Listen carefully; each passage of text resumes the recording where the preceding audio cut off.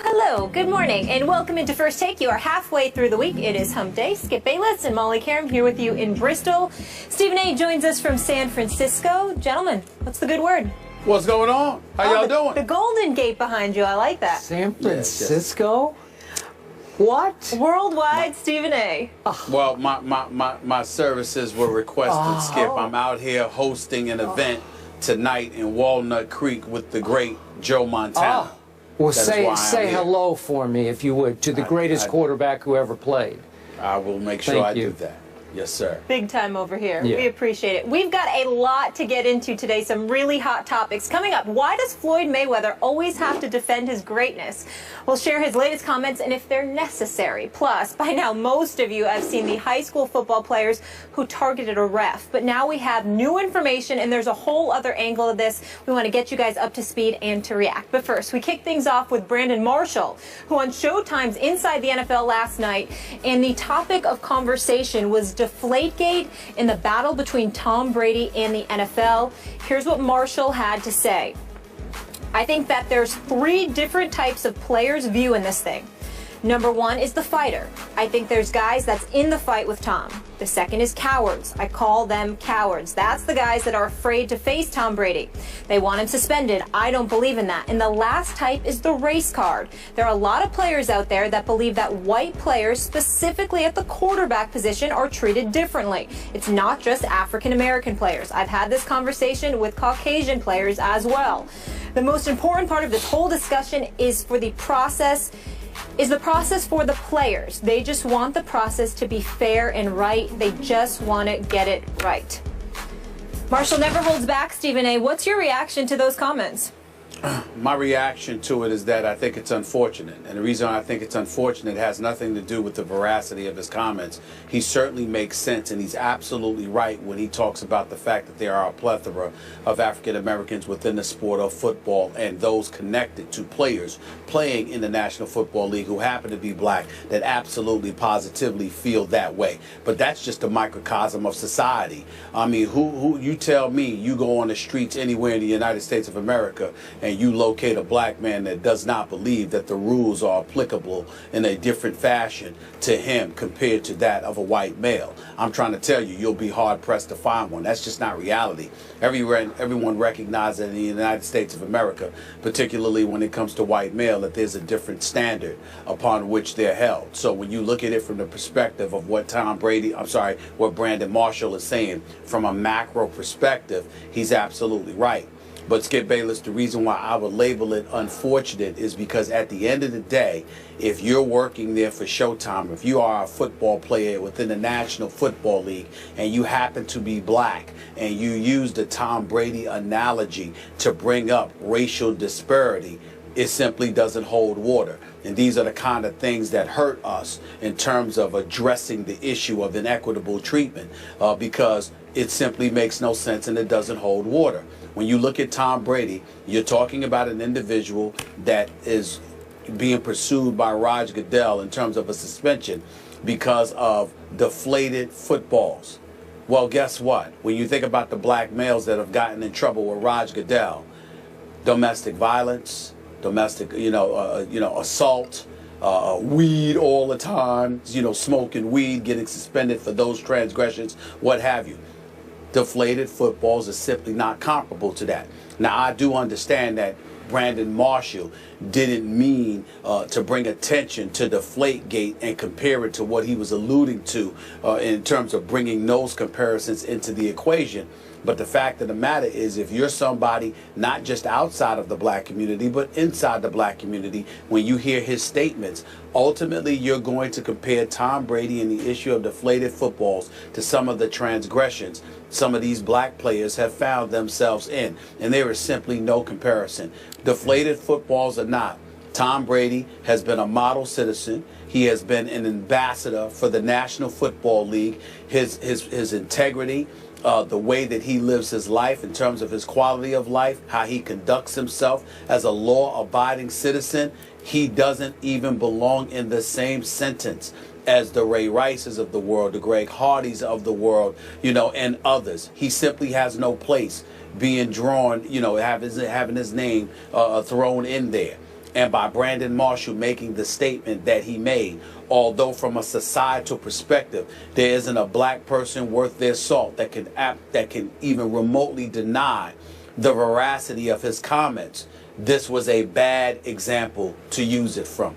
We're talking about Tom Brady here and the issue of deflated footballs. When you talk about the fact that, you know what, whether or not somebody black would have gotten away from this and all of that other stuff, it makes absolutely no sense in this argument whatsoever, because the black folks that have gotten in trouble in the National Football League, it hasn't been for deflated footballs. It's been for, some would say, violent crimes. That is the difference. And I think that his comparison was misguided in this particular situation. As you know, I always defer to you when it comes to this matter on this show. I had no idea which way you were going to go, so I tried to open my mind and listen to every word you just spoke. I hear where you're coming from. Now, again, I'm going to look at it a little differently here. And I'm with you on your societal perspective. I get that. Now, I'll speak as a white guy here. Obviously, in the biggest picture, are there racial undertones to lots of interactions that take place every day in this country between white people and white people and white people and black people? Yes, there are still racial undertones. We know that. Okay. I accept that. I try to fight that, but I accept it. Now, back to this. This was a strong statement that our guy Brandon Marshall made, and I'm a big fan of his personally. We've talked about him. I like him very much personally. I appreciate the struggle he's had and how far he's come within his own personal struggle. But this was a bombshell that he dropped. And when you drop that bombshell, you need to be able to back it up and defend it. So I look at Roger Goodell's recent track record in court that he has taken a beating for of late. What is it, the last 6 times he's lost in court? We've talked about it to death here on this show. So some of those cases have involved Ray Rice and Adrian Peterson and Greg Hardy, and Jonathan Vilma was sort of the lead figure in the Bountygate case that got overturned by Tagliabue. Well, none of those guys were white, obviously, and they got in the end, they all got a fair shake. So, so I'm just going to throw out just an example here. I'm going to go to another star quarterback, a guy who probably should have won the last 2 Super Bowls, named Russell Wilson. If Russell Wilson had been thrust into exactly the same situation Tom Brady just got out of, so far so good, Russell Wilson obviously is an upstanding citizen. He's got a clean track record within the NFL and legally. I got to tell you, Stephen A., I think he would have gotten the same fair shake from Judge Berman that Tom Brady got. I could be wrong about that, but I hope I'm not. And then I think of other high-profile black stars in this league with clean track records in the NFL and legally. I think of DeMarco Murray. I think of Calvin Johnson. I think of my guy, Darrelle Revis. I have high regard for these men who are role models and upstanding citizens, and if they got thrust into the similar situation Brady was in court, could they have prevailed also? Would they have gotten the same fair shake? Open mind from the judge? I think so. I could be wrong about that. I believe so as well. Okay, so it brings us back to what Brandon said. Man, that's a strong statement. Many times we talk about how it applies here, how strong I was about what Riley Cooper said.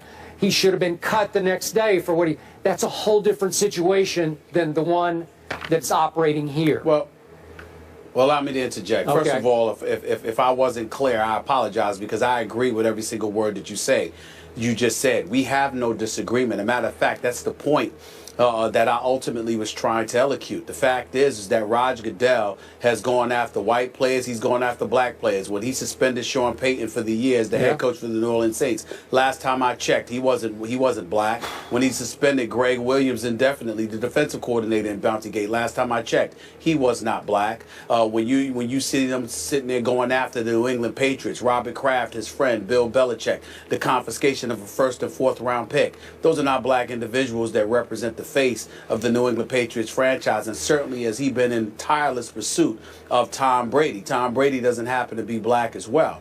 And so the point that needs to be made here is, while we appreciate the level of sensitivity Brandon Marshall continuously strives to display, and we definitely appreciate it, in this particular instance, I think his arguments are misguided. Because from a macro perspective, meaning a societal perspective, whereas I think that he's absolutely right, I don't think that's a case that can be made when it comes to the National Football League. And allow me, Skip, to take this a bit further, both Skip and Molly. What I'm deeply appreciative of when it comes to the National Football League is that Raj Goodell goes after everybody equally, it appears. But the other thing is that let's keep in mind how some of the more upstanding African Americans in the National Football League have been mistreated by their own. When Jonathan Martin was enduring a bullying scandal with Richie Incognito, the guys within the Miami Dolphins organization seemed to side with Richie Incognito, going so far as to label him an honorary brother. Now, Jonathan Martin has subsequently come out and conveyed some of the issues and problems that he's had since childhood, and we all have respect and sensitivity towards that. But it doesn't negate the fact that some of his quote-unquote own turned against him. When you look at it from that perspective, that's a problem. What about Russell Wilson and people in Seattle allegedly claiming he wasn't black enough? Well, who the hell gets to make that call? He's an upstanding citizen. He's an upstanding young man. He seems to be a pretty cool brother to me. He's a high-end producer. He's guided them to 2 straight Super Bowl appearances and 1 Super Bowl title. But people will find excuses to find things wrong with him. Those were not white people. Those were black people. Yeah. And so when we look at it from that perspective, we have an obligation, at least I feel I have an obligation, to highlight the fact that far often than not, you know, the few guys that have acted up, they're not representative of the vast majority of black men, not only in the National Football League, not only in professional sports, but in our society, who actually know how to act like they have some damn sense, who actually do behave themselves and conduct themselves like civilized, model citizens. And a lot of these black professional athletes are incredible, incredible role models. The few that act up stain us as a community and give the impression that the problems are far more insidious than they may actually be. So Brandon Marshall saying what he said, again, he picked the wrong case to make that argument, because all it has done is highlight the discrepancy between Tom Brady and the black dudes that ended up acting up. Yeah. He picked the wrong argument. He picked the wrong guy. He picked the wrong day to do this. He's wrong on this. But what did give me pause, Stephen A., is that Brandon referred to conversations he's had in his own locker room and with several players around the National Football League. What the problem here is, I don't know if he's talking about 5 players or 50 players. Doesn't matter. Yeah. The reason allow me to enlighten you on this point, Skip. It doesn't matter, because what he's speaking about, there are a lot of instances, for example, where guys won't sit around and get intimately, you know, in depth rather, into a conversation like that. They'll say, yeah, this is just another example, or they'll complain or lament the state of affairs because they know what exists from a macro perspective. But if they're dissecting incident by incident, case by case, they certainly couldn't make that argument in this instance, which is why it was a bad choice for Brandon Marshall to make in terms of picking this particular instance. The only point I will give Brandon, if he wants to go bigger picture to quarterbacks, just in general, regardless of race, get preferential treatment in the National Football League. Well, absolutely they do, because this game, in the end, it belongs to those quarterbacks. It is nothing without those star quarterbacks. So if you want to go there, I'm fine to go there. Gotcha. Yeah, and I don't think that one's going to change. Yeah. So to surmise, we both here, both of you guys understand his comments, appreciate his comments, but not 100% on board with this particular argument. Not even close. Moving on. Floyd Mayweather is on the defensive yet again. We'll explain what got the undefeated fighter riled up during a recent interview. And it's hump day once again, and we are one day away from the official start of the NFL season. Yes, we are. We have a quick show today, so head over to IG and check out our Wednesday rundown so you don't miss out on anything.